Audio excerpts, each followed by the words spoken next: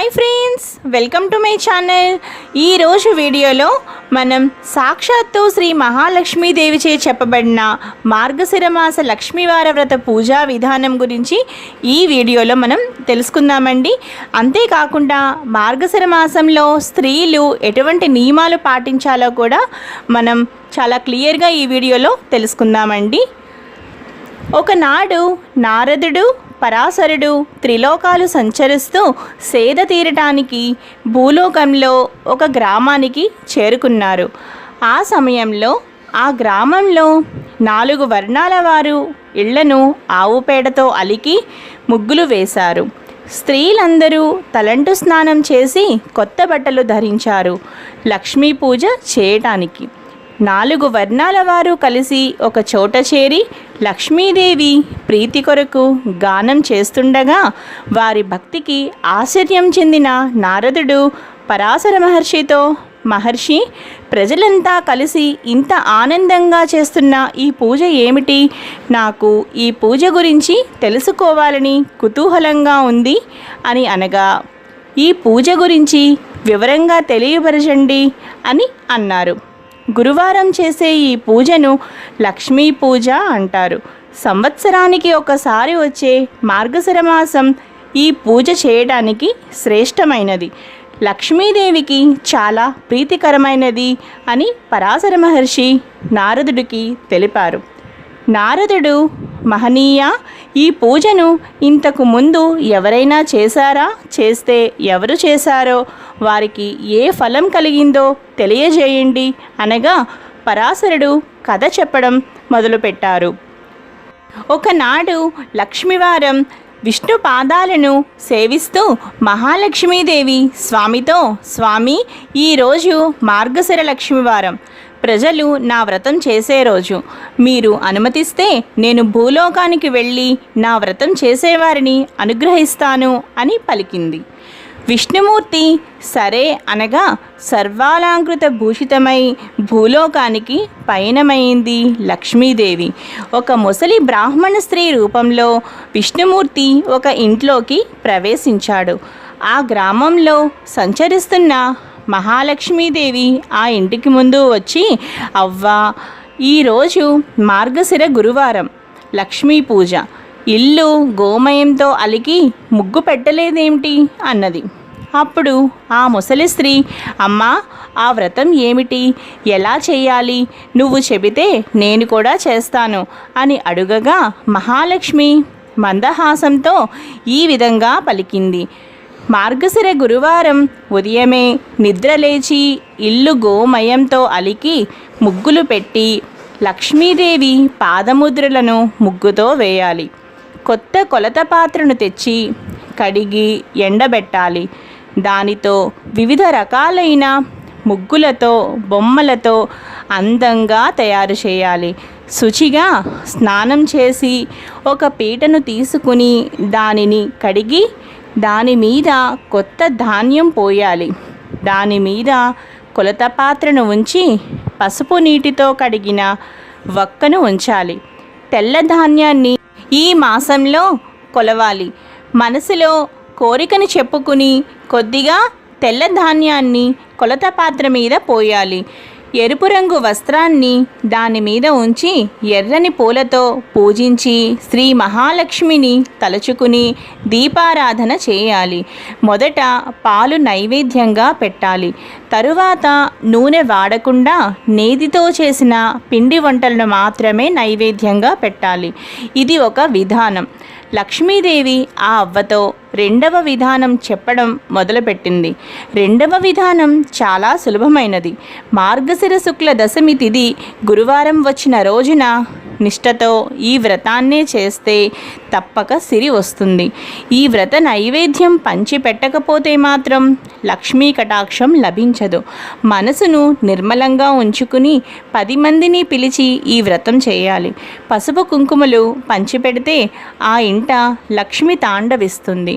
ఈ వ్రతం మాత్రమే కాదు, మరికొన్ని ఆచరించాలి అవ్వా అని అన్నది లక్ష్మీదేవి. గురువారం ఉదయమే లేచి పొయ్యి బూడిద తీయకపోయినా, ఇల్లు వాకిలి తొడవకున్నా ఆ ఇంట లక్ష్మి నిలువదు.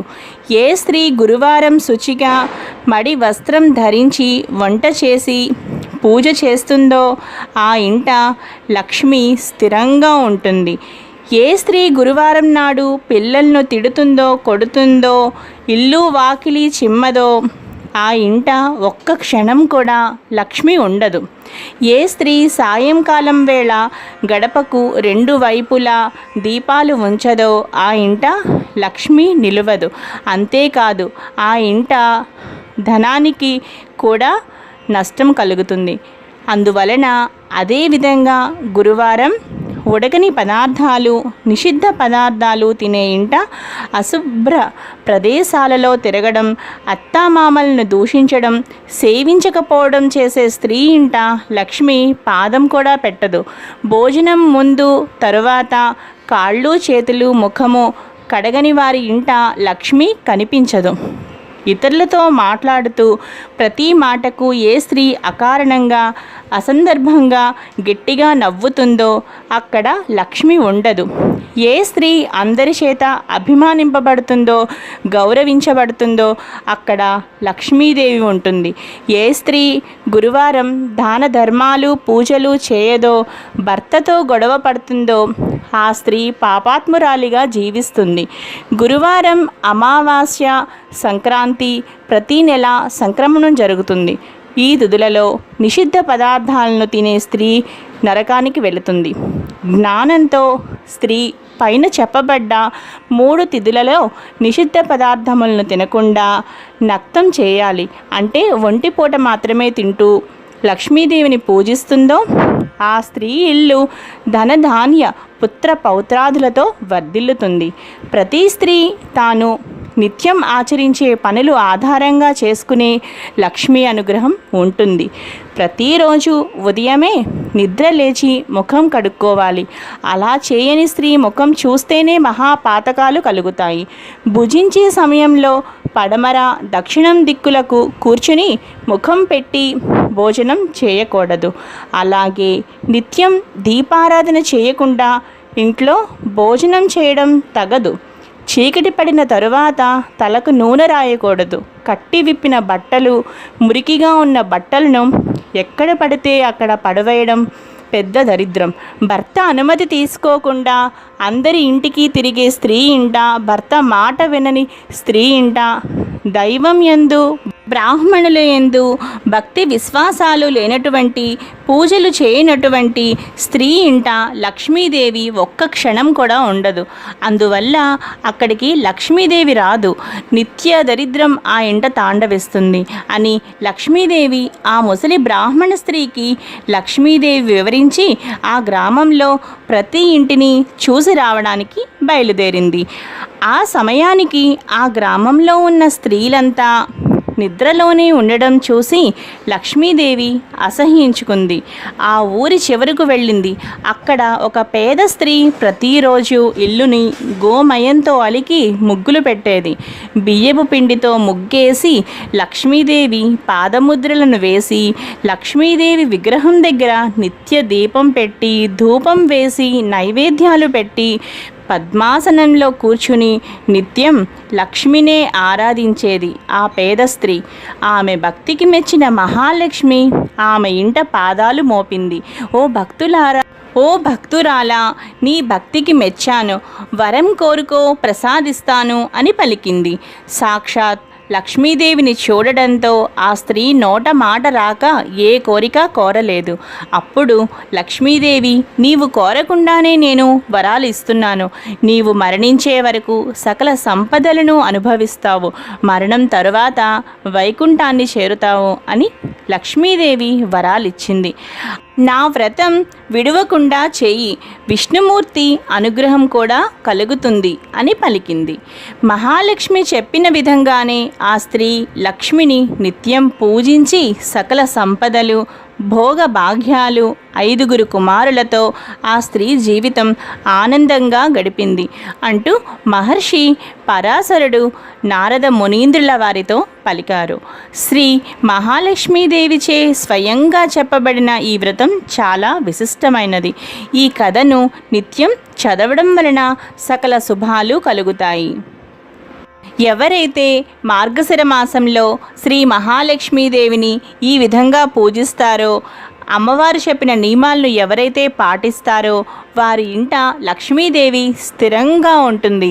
అంతేకాకుండా వాళ్లకు భోగ భాగ్యాలు, ఆరోగ్యాలు, అష్ట ఐశ్వర్యాలను ప్రసాదిస్తుంది. ఈ విధంగా మార్గశిర మాసంలో లక్ష్మీదేవిని పూజించి నియమాలను పాటిస్తూ ఆరాధించాలి.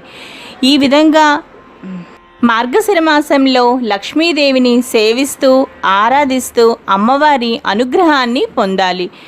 ఈ వీడియో కనుక మీకు నచ్చినట్లయితే తప్పకుండా లావణ్యాస్ లైఫ్ స్టైల్ ఛానల్ని సబ్స్క్రైబ్ చేసుకోండి. అలాగే పక్కనే ఉన్న బెల్ సింబల్ని కూడా యాక్టివేట్ చేసుకోండి మరిన్ని వీడియో నోటిఫికేషన్స్ కోసం. అంతేకాకుండా ఈ వీడియో కింద ఉన్న డిస్క్రిప్షన్ బాక్స్ను కూడా చెక్ చేయండి.